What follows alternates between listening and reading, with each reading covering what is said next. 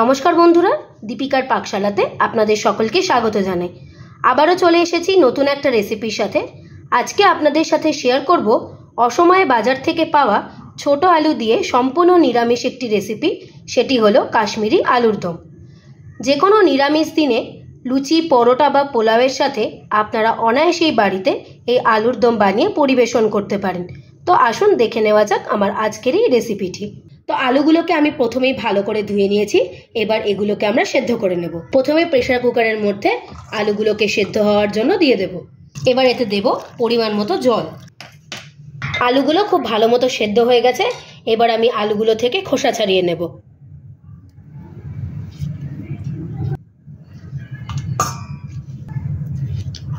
সমস্ত আলু থেকে ভালো মতো খোসা ছাড়িয়ে নিয়েছি। এবার আমরা এই আলুগুলোকে ভেজে নেব।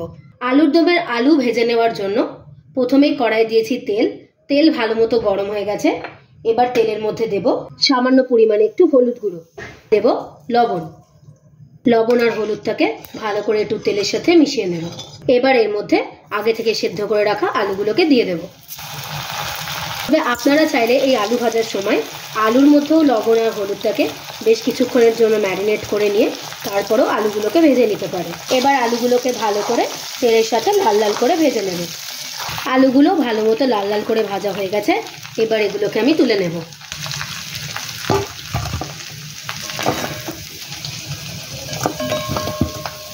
কাশ্মীরি আলুর দম বানানোর জন্য তেলে ফোড়ন দেব গোটা জিরে, একটা ফাটিয়ে নেওয়া শুকনো লঙ্কা, গোটা তেজপাতা আর দেব হিং।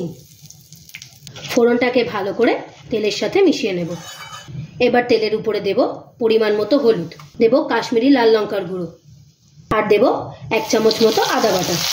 সমস্ত কিছু আবারও ভালো করে মশলার সাথে মিশিয়ে নেব। আদাটা ভালো করে মশলার সাথে ভেজে নিয়েছি এবং আদার কাঁচা গন্ধটাও চলে গেছে। এবার এর মধ্যে দেব টমেটো বাটা। আমি এখানে একটা বড় সাইজের টমেটোকে ভালো করে পেস্ট করে নিয়েছি।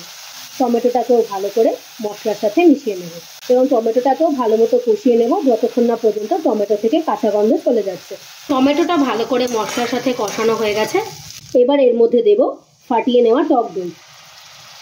দইটাকেও ভালো করে মশলার সাথে মিশিয়ে নেব। দইটাও মশলার সাথে খুব ভালো মতো কষানো হয়ে গেছে। এবার এর মধ্যে দেব কাজু বাদাম বাটা।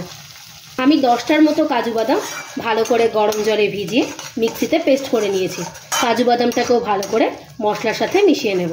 এবার এর মধ্যে দেব পরিমাণ অনুযায়ী লবণ, দেব পরিমাণ অনুযায়ী চিনি, দেব খুব সামান্য পরিমাণে একটু ধনে গুঁড়ো।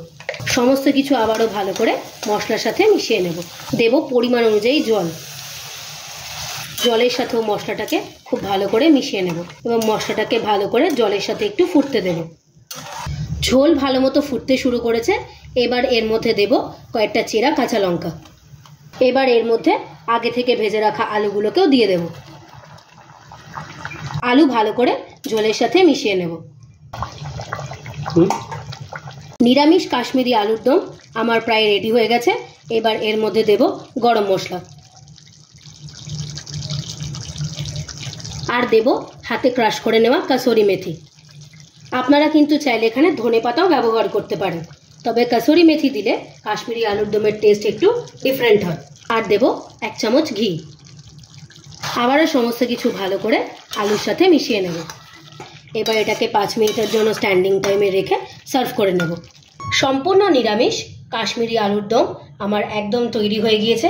খুব কম উপকরণ দিয়ে আপনারাও বাড়িতে যে কোনো নিরামিষ দিনে লুচি, পরোটা বা রুটির সাথে অনায়াসেই এই কাশ্মীরি আলুর দম বানিয়ে পরিবেশন করতে পারেন।